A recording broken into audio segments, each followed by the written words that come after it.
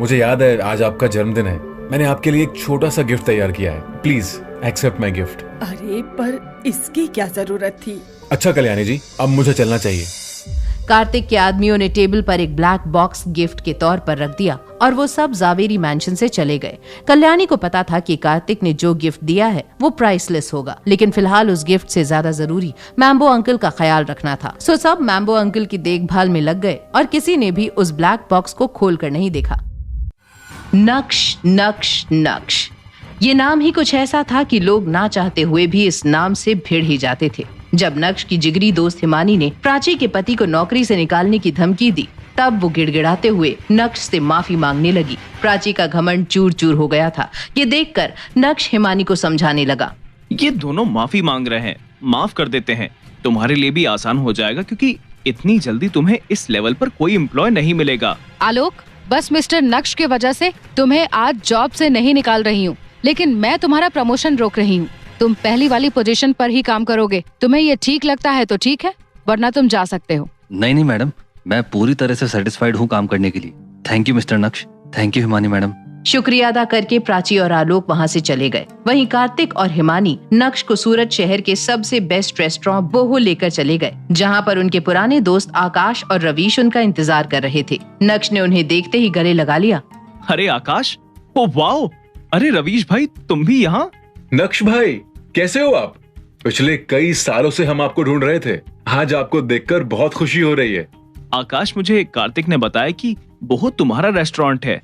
क्या बात है, तुम सभी अपनी लाइफ में काफी आगे बढ़ गए हो। मुझे बहुत खुशी और गर्व महसूस हो रहा है कि मैं तुम लोगों के काम आ सका। थैंक यू सो मच नक्श फॉर एवरीथिंग। तुम अभी भी वैसे ही हो, बिल्कुल नहीं बदले। रवीश की सिक्योरिटी प्रोवाइड कराने की एजेंसी थी। कुछ ही देर बाद अचानक हिमानी वहाँ से उठकर बाहर चली गई और अपने साथ एक स्पेशल बॉक्स लेकर आई और बोली, मिस्टर नक्श, ये गिफ्ट हमने कुछ साल पहले आपके लिए खरीदा था। हमने तो इसे आप तक पहुँचाने की उम्मीद छोड़ ही दी थी, लेकिन आज हमारी किस्मत में आपसे मिलना लिखा था। ये लीजिए, हमारी तरफ से आपके लिए एक तोहफा। Thank you Himani, thank you everyone. Thank you नहीं भाई, गिफ्ट तो खोलो। वाह, ये गाड़ी बहुत ही ज्यादा विंटेज है और बहुत ही सुंदर। ये काफी महंगी होगी ना? तुमने जो किया है हमारे लिए, उसके मुकाबले तो ये कुछ भी नहीं है भाई। आई एम सॉरी, मेरी वजह से तुम सबको बहुत परेशानी हुई। मैं ऐसे बिना बताए तुम सबकी जिंदगी से गायब हो गया, पर ये मेरा वादा है कि अब ऐसा कभी नहीं होगा। अब एक टोस्ट करते हैं हमारी दोस्ती के नाम। टोस्ट का नाम सुनते ही आकाश ने वेटर से वोडका लाने को कहा और बॉटल आते ही सभी ने जाम के शॉट्स लगाए। उस रात सब दोस्तों ने पुराने दिनों को याद करते हुए खूब मस्ती की। दूसरे दिन नक्श तैयार होकर सीधा भानुशाली ग्रुप के ऑफिस चला गया। तभी वहाँ उसका फोन बजने लगा। हेलो मम्मी जी, जय श्री कृष्णा। जय श्री कृष्ण नक्श, ये मैं क्या सुन रही हूँ अनिका से कि तुम कल पूरी रात घर नहीं आए। कल रात तुम कहाँ थे? कैसे हो तुम? सब ठीक तो है ना? मैं ठीक हूँ मम्मी जी। वो कल अच्छा सुनो, वो मैंने तुमसे कहा था ना कि तुम्हारे पेरेंट्स का टेस्ट करवाना है। यस मम्मी जी, मैं अपने पेरेंट्स को कल बुला लेता हूँ और फिर आप और अनिका भी हॉस्पिटल आ जाओ। हम सभी एक बार फिर से टेस्ट करवा लेते हैं। प्रॉब्लम कहाँ है पता चल जाएगी। अनिका और मेरे में कोई प्रॉब्लम नहीं है, तुम ऐसा। ठीक है, तो हम सब साथ में टेस्ट करा लेंगे मम्मी जी। अब मुझे भी थोड़ा काम है, चलिए मैं आपसे बाद में बात करता हूँ। नक्श इस बात से वाकिफ था कि उसके बच्चे ना होने की वजह कोई और नहीं बल्कि उसकी खुद की बीवी अनिका थी। अनिका नक्श को अपने पास ही नहीं आने देती थी और इसीलिए नक्श चाहता था कि आईवीएफ टेस्ट में सब दूध का दूध और पानी का पानी हो जाए। तभी किसी ने उसके कैबिन का दरवाजा नॉक किया। सर, जवेरी खानदान से नवीन जवेरी आए हैं। वो शिवानी के पैकेजिंग कॉन्ट्रैक्ट पर साइन करना चाहते हैं और साथ ही साथ नेगोशिएशंस करना चाहते हैं। वो इतना जल्दी आ गया? उनसे कह दो कि मैं उनके साथ की गई पार्टनरशिप कैंसिल कर रहा हूँ। अगर उन्हें हमारे साथ काम करना है तो उनके सारे कॉर्पोरेशन मैटर्स को सिर्फ और सिर्फ अनिका हैंडल करेगी। ठीक है सर, मैं उन्हें इन्फॉर्म कर देती हूँ। नक्श के मना करने के बाद नवीन उर्फ मैम्बो अंकल ने जावेरी खानदान मैंशन में एक बार फिर से पूरा परिवार इकट्ठा करके फैमिली मीटिंग बुलाई थी, लेकिन इस मीटिंग में अनिका और चित्रा को शामिल नहीं किया था। ये लोग मेरे साथ ऐसा क्यों कर रहे हैं? अनिका में ऐसा क्या है जो वो मुझसे बेहतर है? उसकी खुद की कंपनी तो बंद होने की कगार पर है। नवीन, वो बेवकूफ सीईओ हमारे साथ पार्टनरशिप कैंसिल करने को कह रहा है। भानुशाली ग्रुप चाहता है कि जावेरी खानदान के कॉर्पोरेशन मैटर्स सिर्फ और सिर्फ अनिका हैंडल करे। अब हमें क्या करना चाहिए? जहां तक मुझे याद है, अनिका ने हमसे कहा था कि वो लास्ट टाइम भानुशाली ग्रुप के ऑफिस गई थी, तब उसने सीईओ को देखा भी नहीं था। बिना मुलाकात के सीईओ तो अनिका के लिए पागल हो रहा है, और यहाँ अनिका कह रही थी वो मिली ही नहीं। जावेरी खानदान की छोटी सोच और इस बड़े डिस्कशन का नतीजा यही निकला कि वो अनिका की जगह उसकी कजिन पल्लवी को भेजेंगे। वो अनिका से भी ज्यादा खूबसूरत थी। सीईओ का दिल पक्का उस पर आएगा। दूसरी तरफ नक्श घर पहुंचकर सो गया था। जब रात में अनिका घर आई, नक्श, तुम वापस कब आए? क्या तुम पूरे दिन से घर में सो रहे हो? अरे नहीं, मैं तो दोपहर को आया। वैसे क्या तुम्हें आज तुम्हारी दादी का कॉल आया? नहीं तो वो मुझे क्यों कॉल करेंगी? कुछ नहीं, मैंने तो बस ऐसे ही पूछ लिया। तुम कल रात कहाँ पर थे? अब अनिका का ध्यान पूरी तरह से नक्श पर था, और जब उसे याद आया कि कल की रात नक्श घर नहीं लौटा था, तो वो अंदर ही अंदर और भी ज्यादा अनकंफर्टेबल फील कर रही थी। तभी नक्श ने अनिका को पानी का ग्लास दिया और कहा, वो मैं मेरे एक पुराने दोस्त के घर गया था। बात करते करते बहुत लेट हो गया और फिर मैं उधर ही सो गया। पुराना दोस्त?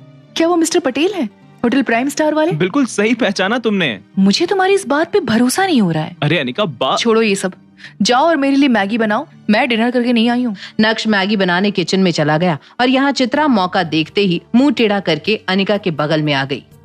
जब अनिका की नजर उसकी माँ चित्रा पर गई तो उसने पूछा, अब आपका मूड किसने खराब कर दिया?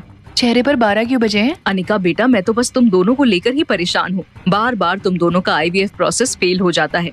मुझे लगता है कि उसके पेरेंट्स में कोई जेनेटिक डिसऑर्डर है। बस मैंने नक्श को इतना सा कहा कि तुम अपने पेरेंट्स को बुला लो और उनका टेस्ट करवाओ। ओह मम्मी, आप कितने प्यारे हो, लेकिन प्लीज क्या कुछ समय के लिए आप इस मैटर को साइड में रख सकती हैं? मेरे सर पर वैसे भी काम का बहुत लोड है। तुम चाहती हो कि मैं इस मैटर को साइड में रख दूं? तुम्हें पता है ना कि तुम्हारी शादी को 2 साल से ज्यादा का समय हो गया है और 3 से 4 बार तुम्हारा IVF प्रोसेस फेल हुआ है। उसके बाद भी तुम्हें कोई जल्दी नहीं है। मम्मी प्लीज अब बस भी करो, इस टॉपिक पर अभी मुझे बात नहीं करनी है। चित्रा आगे कुछ बोलती उससे पहले नक्श वहाँ मैगी लेकर पहुँच चुका था। वो पहले भी अनिका के लिए खाना बनाता था, लेकिन आज पहली बार अनिका को उसका प्यार महसूस हुआ। तभी अनिका ने खामोशी तोड़ते हुए नक्श से कहा, अभी के लिए तुम्हें तुम्हारे पेरेंट्स को बुलाने की कोई जरूरत नहीं है। हम इस बारे में फिर कभी बात करेंगे। ठीक है, जैसा तुम बोलो। नक्श अपनी खुशी पूरी तरह से जाहिर नहीं कर पाया। ये बहुत बड़ा दिन था। अनिका ने नक्श के लिए चित्रा के सामने स्टैंड लिया, वो भी इतनी बड़ी बात पर। अगले दिन जब नक्श अपने ऑफिस पहुंचा तो उसकी सेक्रेटरी नंदिता फौरन अंदर आई। सर, जवेरी फैमिली ने कोलैबोरेशन की बात डिस्कस करने के लिए किसी को भेजा है। उनका नाम पल्लवी जवेरी है। उनसे कह दो सर आज बिजी हैं। पल्लवी के साथ वही हुआ जो होना था। जब उसने अपनी हार की ये खबर कल्याणी को सुनाई तो उसका चेहरा गुस्से से लाल हो गया। कल्याणी अब बेबस थी और उसके पास अनिका को कॉल करने के अलावा और कोई चारा नहीं था। दूसरी तरफ अनिका अपनी माँ चित्रा के साथ शॉपिंग कर रही थी। इसी बीच अचानक से अनिका का फोन बजा। हेलो दादी। अनिका, आज तुम्हारी दादी को तुमसे एक हेल्प चाहिए। क्या तुम अपनी दादी की हेल्प करोगी? हेल्प? बेटा, बात ऐसी है कि हमारे और भानुशाली ग्रुप के बीच में जो पार्टनरशिप हुई है, उसे लेकर मैंने ये तय किया है कि अब उसे सिर्फ और सिर्फ तुम हैंडल करोगी। तुम्हें कल भानुशाली ग्रुप जाना होगा और उनसे बात करनी होगी। सॉरी दादी, आपने ये मैटर मैम्बो अंकल को संभालने के लिए दिया था, तो मुझे लगता है कि अब आपको मैम्बो अंकल को ही सारी प्रोसेस की रिस्पॉन्सिबिलिटी देनी चाहिए। चलिए दादी, मेरे पास और भी बहुत काम है, बाद में बात करती हूँ। जय श्री कृष्णा। यहाँ अनिका खुश थी दादी को ना बोलकर, तो दूसरी तरफ नक्श प्राइम स्टार होटल पहुँच गया था कार्तिक के साथ लंच करने के लिए, जहाँ कार्तिक उसका एक ब्लैक कलर के बॉक्स के साथ इंतजार कर रहा था। आओ नक्श, बैठो। ये लो, इसे मैंने खास तुम्हारे लिए प्रिपेयर किया था। इस अमानत को मैं पिछले 4 सालों से अपने साथ संभाल कर रखा है। कार्तिक, तुम मुझे पहले ही एक बहुत बड़ा गिफ्ट दे चुके हो, अब मैं इस अमानत को नहीं ले सकता।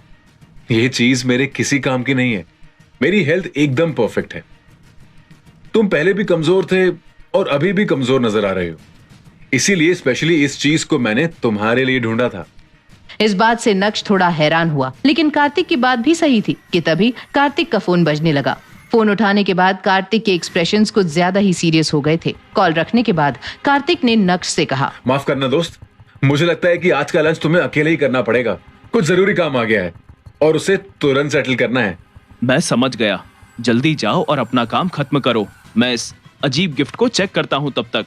कार्तिक के जाते ही नक्श ने फौरन उस बॉक्स को खोल दिया। उसके बीच में काले रंग की एक पिल थी जिसे वो तुरंत निगल गया कि तभी अचानक से उसे अपने पेट में एक तेज दर्द का एहसास हुआ। कुछ ही सेकंड्स में उसका पूरा शरीर कांपने लगा और देखते ही देखते नक्श बेहोश हो गया। क्या कार्तिक लेना चाहता है नक्श की जान?